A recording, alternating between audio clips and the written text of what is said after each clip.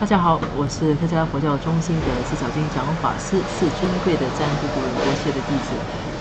连续很多期，从前几天开始到现在呢，我们是不停的，就是说是马不停蹄的在分享仁波切的这一本书。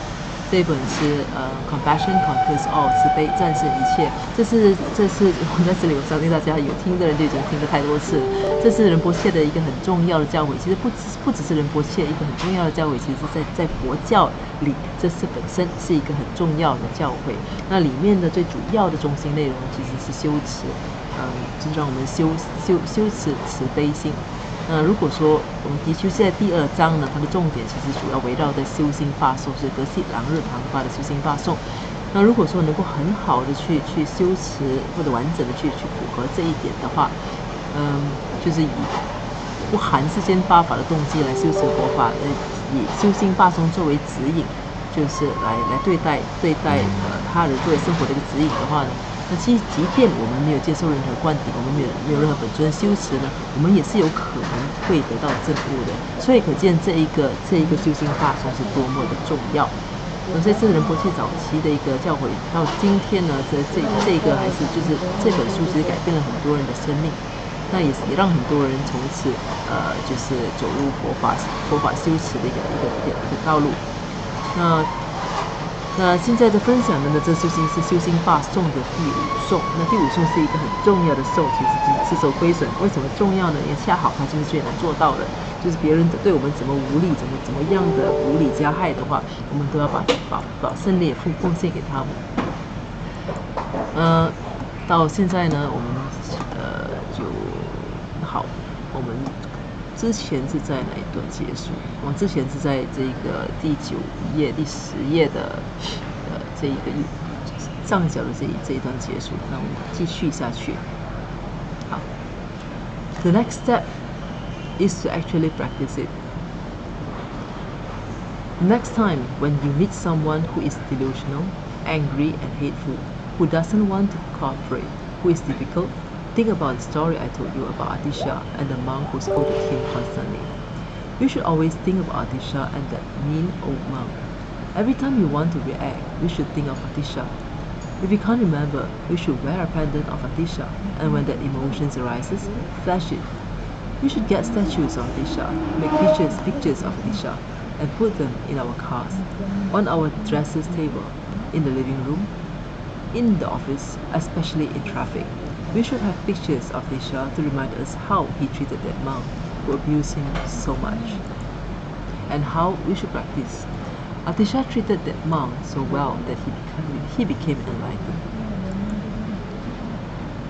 他讲，刚才就说嘛，他来说就是这个第5颂呢，让就是愿将胜利奉献他。我们其实会觉得这样子的一个颂集其实是非常优美的，我们觉得它是非常有意思的。那对向我们传达这个法的人，我们会心生恭敬。我们自己本身也是很想去听这样子的跟这个有关的法，我们会尊敬去实施这样子的一种佛法的人。为什么呢？因为其实我们内心深处呢，其实我们都是好人，我们其实也希望自己能够达到这样子的一种境界。所以呢，我们其实是很崇尚这样子的一个行为的。所以接下去，既然如此的话，那接下去我们该怎么做呢？他讲，那很简单呢，既然你是喜欢的话，你认同的话，那接下去其实就是去实际的操作，实际去实践它了。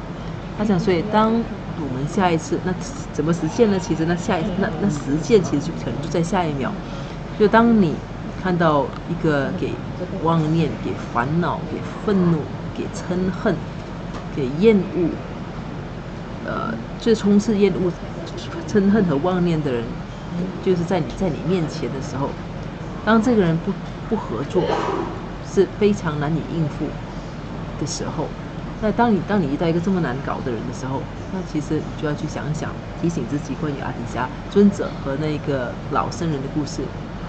如果大家还记得的话，就是我昨天有跟大家分享过，那个老僧人，他其实一无是处，阿底峡身边的人都很爱就很尊敬和爱戴阿底峡尊者，但是这个老圣人呢，却是不断的每天就只会不断的讲他的坏话啦，叫大家不要去参加阿底峡尊者的一个开示啦，就不断的贬低他、侮辱他之类的。但是阿底峡尊者怎么做呢？阿底峡尊者不但没有去将这个老圣人排挤在外，他反而是将这个老圣人紧紧的带在身边，把他就是把这个老圣人呢当成是一个无价的珍宝。甚至当时他必须到西藏去的时候，也把这个老圣人带在身边。那为什么呢？因为阿底峡尊者说这是一个很好的机会，他能够把我身上的最后的一丝就是不好的念头或者是负面的一种心绪呢，都能够完全的根除。这是一个很好的一个休息的机会。所以他说，仁波切说呢，如果你很欣赏这样子一种行为的话呢，那最好的做法就是立刻去实修它。当你遇到一个这样子的人的时候，当你遇到一个给妄念给愤怒所包围着的一个人，一个难搞的对象的时候，你要立刻去想到阿底峡尊者，你想到阿底峡尊者跟他的老圣人。大家要常常去记得这个故事。那每一次呢，当我们想要去做出回应的时候，我们必须去怎么说呢？我们必须去想起阿底峡。如果说我们没有办法，我们觉得我们可能会忘记的话，那就把阿底峡尊者的就把他的国罪就挂在身上。当这种情绪升起的时候，就晃，怎么讲呢？就拿国罪拿出来看一下，晃一下。真的不行的话，我们可以就去请一尊阿底峡尊者的像，或者是去打印出，或者是就为他的相片呢，或者他的图像呢、相框啊，就放在我们的车子上，或者放在我们的梳妆台上面，或者在我们的客厅里，甚至在我们办公室里。他讲这种最好的就是在车上，尤其在交通期间呢，就是我们就是在路上的时候，那是最需要的。我们应该常常把阿底峡尊者的照片呢，就挂在我们这随处可以看到的地方。那作为一个提醒我们他当时是怎么对待这个僧人的，对待一个对他如此恶劣的一个僧人。那而且呢，我们就是从这里呢去提醒我们自己应该怎么去修持。而且我们要记得，就是说阿底峡尊者他是如此的善待这位老僧人，结果呢，他的结果他得到的结果是他证悟了。Another thing is, any abuse, any unhappiness, and any suffering that you get from others is an effect resulting from a cause. Without the cause, there is no effect. So ultimately, you, yourself, myself, ourselves, all of us have created the cause. We have done things in our previous lives and in this life to get the effect, to receive the effect. So it's better to receive it with patience and humility. Offer the victory to others, suffer the loss, purify the karma, train our minds and funds. Wouldn't that be more beautiful? 这样另一件事呢，就是无论我们从别人身上受到什么样的一种亏待、虐待，所有的不开心、所有的痛苦，我们在从别人身上接受的这些所有的负面的一些情绪，或者是就是一些行为都好，那我们必须要记得，就是说它其实是源自某一个因的。他讲没有因的话就不会有果，所以那在认真去想的话呢，你在一个就近的一个层面上呢，你去想的话，你就会知道，其实到后来必须为这件事情负责任的，其实是我们自己种下了这样子的因。我们在过去世或者是在这一世的早些时候呢，我们曾经种下某一种因，所以我们才会得到这样子的果。所以最好呢，既然是这样子，既然是我们自己种下的因，我们最好的当然就是好好去以一个很谦虚的一种态度，以一个忍耐的一种方式呢，去承受，去面对这个果，将胜利奉献给他人，接受这个亏损。那通过这样做呢，我们才能把这个业净化掉。那我们除此之外，我们可以透过这样子呢，训练我们的心识，并从中再更加精进。那这样子不是更加美好吗？ These beautiful words aren't they music to ears? Every single being on that altar that we bow to embodies that message.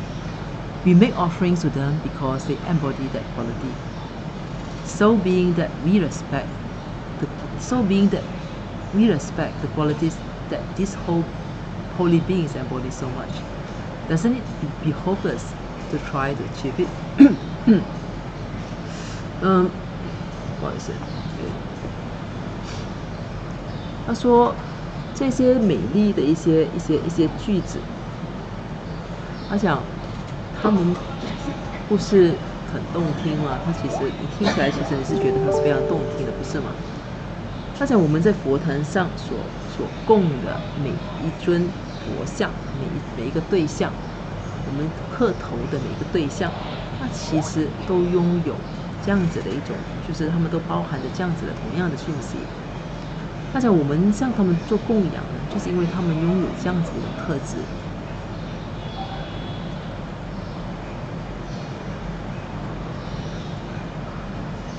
那既然我们怎么说呢？我们如此尊重这些拥有这些特质的人，那我们难道不是应该尝试努力去达到这样子的一个境界吗？那既然是说简单讲，就是我们认同，我们因为这样子而去尊敬他们的话，那我们是不是应该也让自己朝着这个方向前进呢？And how do we achieve it? One step at a time. One jealous, abusive, negative, hurtful person at a time. And in fact, if you really want to practice the Dharma, you should set up a little stall that says, abuse me, slander me, show me disrespect, hurt me, do something to me, please, I want to become a Buddha, please, I want to be a Bodhisattva, please, please, please. 那这一段是比较夸张的，那是有些一贯的一种比较夸张的一种语气，让大家可能就怎么讲呢？会觉得沉闷。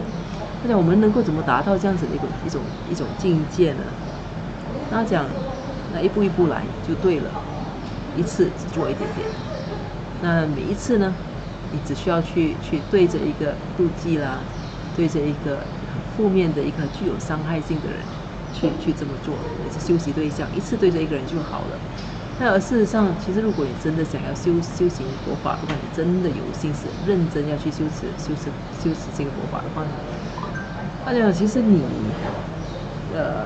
其实应该去开一个小档口，上面呢就挂着布条啊，就说虐待我吧，就诽谤我吧，对我不尊敬吧，伤害我吧，对我做一些什么东西吧。因为我想要成佛，我真的想要成佛，我想要成佛菩萨，那请你这么做。那这当然是国界是开玩笑的语气说，如果你真的有心的话，其实不只是我们不应该去避免面对这样的，你反而应该开一个档口，就公开招请大家来这样对你，公开招请大家来伤害你、虐待你，好让你可以好好去修习。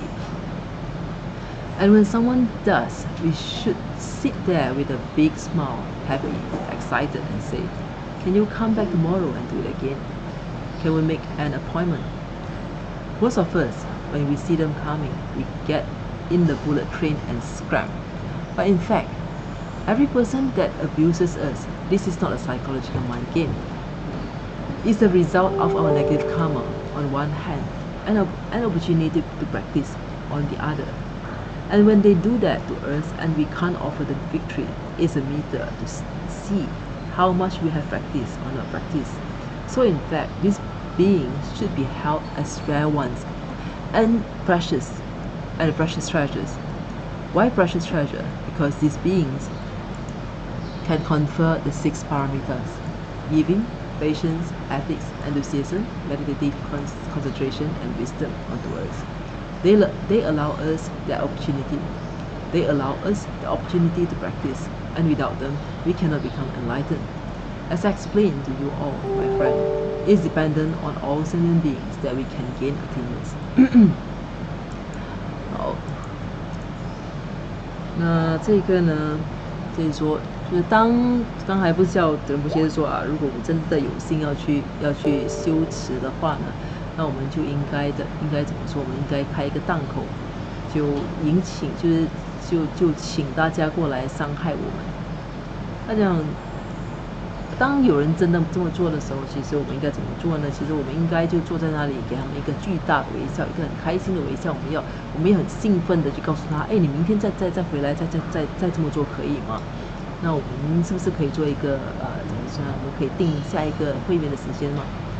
啊，这当然是开玩笑的，但是其实却是一个很生动、很形象的一种表示。就是说，如果你真的有心要修的话呢，你其实是应该是很欢迎这样子的事情来发生的。但事实上，我们大部分人就说，当我们看到这些人来的时候呢，我们通常往往的第一时间呢，就坐上那种特快的电车呢，就立刻跑之夭夭了。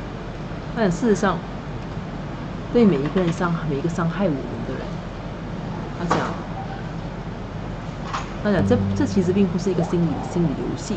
他讲对每一个伤害我们的人，那其实它都来自于我们的一个恶业的一个呈现。一方面是恶业的呈现，那另一方面呢，它也是我们修行佛法的机会，就是对方修行佛法的机会。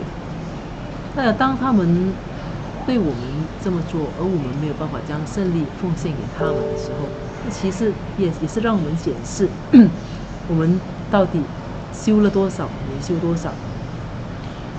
所以，我们事实上应该把这些众生、这些人呢，当成是十分珍贵的一个宝物。为什么是珍贵的宝物？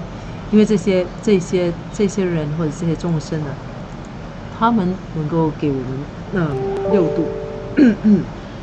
那哪一些呢？那就是布施啦、持戒、忍辱、精进、禅定和智慧，他能够将六度就献给我们，是他们给了我们这样子的一个机会，他们允许我们有这样子的机会去修持。那如果没有他们的话呢，我们是不可能成佛的，我们不可能证悟的。所以，我们之所以能够最终达到觉悟和证悟的话，能够最终摆脱这个娑婆轮回的话，其实最大的一个其实助缘就是这些众生，所以我们应该去很好去珍惜他们。So as I have told you, if there are 5 billion people on this planet, and you love 反正就是这个数字我就不念太长了。You love most of them and there's one being that really gets on your nerves, and you hate them. Guess what? You can't become enlightened. You can't become a Buddha. You can't even get the higher results. You can't get even an ounce of bodhicitta. Forget ultimate bodhicitta, not even relative bodhicitta. Because your enlightenment depends on them. You need an object to have compassion for. You need an object to be compassionate to offer the victory to, so that you can become a bodhisattva. Your level of bodhisattvahood depends on them, depends on every single sentient being that exists on this planet and in all worlds. 他讲呢，就像我告诉你的那样，如果这个世界上呢有500亿人口，而你爱他们每一个，这个是4999999这些数字就不念了哈。你爱他们每一个，除了其中的一个。因为在那个实在太让你受不了了，而且你很讨厌那一个，那你说会有什么样的结果呢？你就因为这一个人在500亿人口里面，你就只因为你没有办法忍受其中的一个人，你会因此没有办法得到证悟，你会因此没有办法成佛，你甚至没有办法在修行上有更高的成就，你甚至一丝的菩提心都没有办法达到。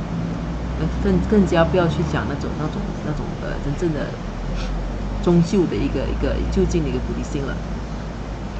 因为你的证悟呢，其实是完全依靠他们的，你需要一个对象、一个对境去展示你的慈悲，你需要将胜利你需要有个对象去将胜利奉献给他们，好让你可以成为一个菩萨。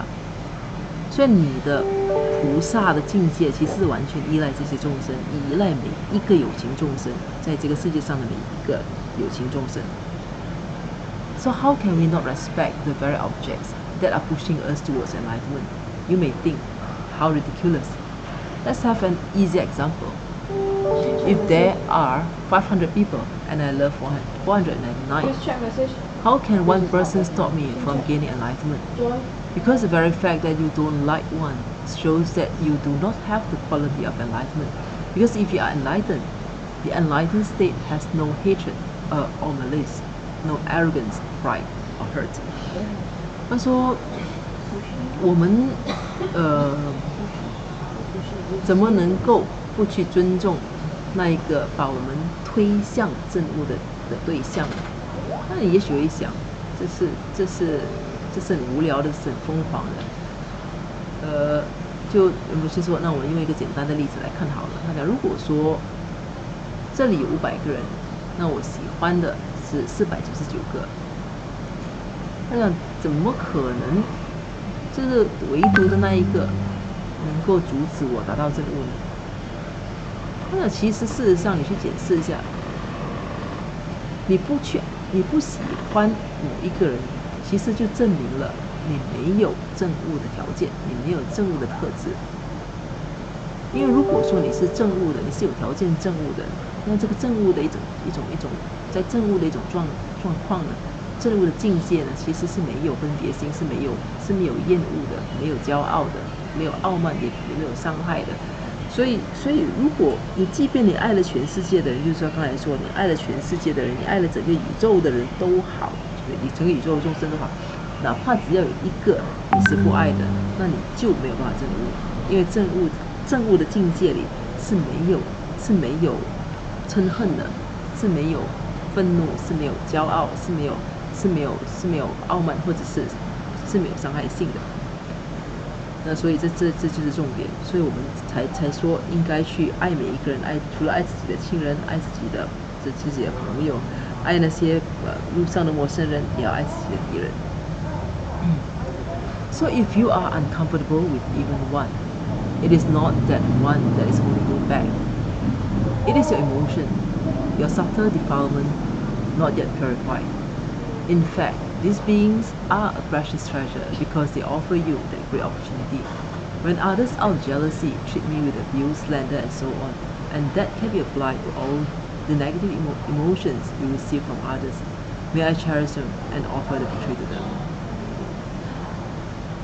这一段呢说，那如果说你即使只是对一个人感到不自在或者是不舒服，他讲那个真的拖着你、扯着你后腿的呢，其实并不是那一个人，而是你自己本身的情绪，是你潜在的细微的一些染污的一种情绪，是因为那一丝这样子的一种杂念，这样子的烦恼呢，其实还没有被净化的。但事实上，这些众生呢，都是珍贵的珠宝，因为他们给了你巨大的、很宝贵的机会。所以说，当有人因为妒忌而非礼辱骂我们的话，这里所谓的非礼辱骂呢，我们可以把它视为所有的一切的怎么说？你从别人身上所接受到的所有的负面的一种情绪，当别人非礼辱骂我们的时候，但愿我们能够去珍惜他们，并将胜利完整的奉献给他们。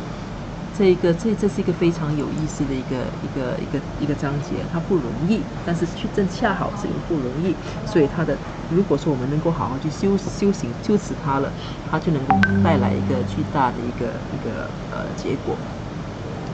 那好，这次的分享呢就到这里结束。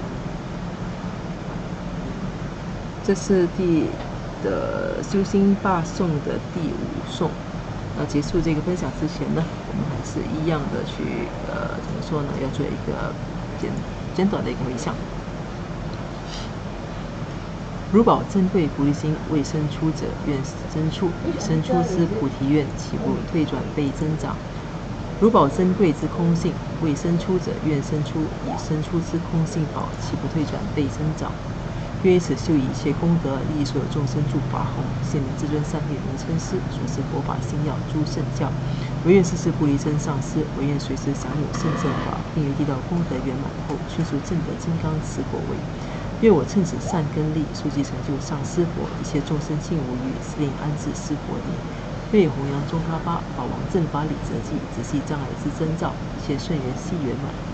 我及他人之三世，以此相属二之意，祈愿善慧名称佛，教法永驻圣增长。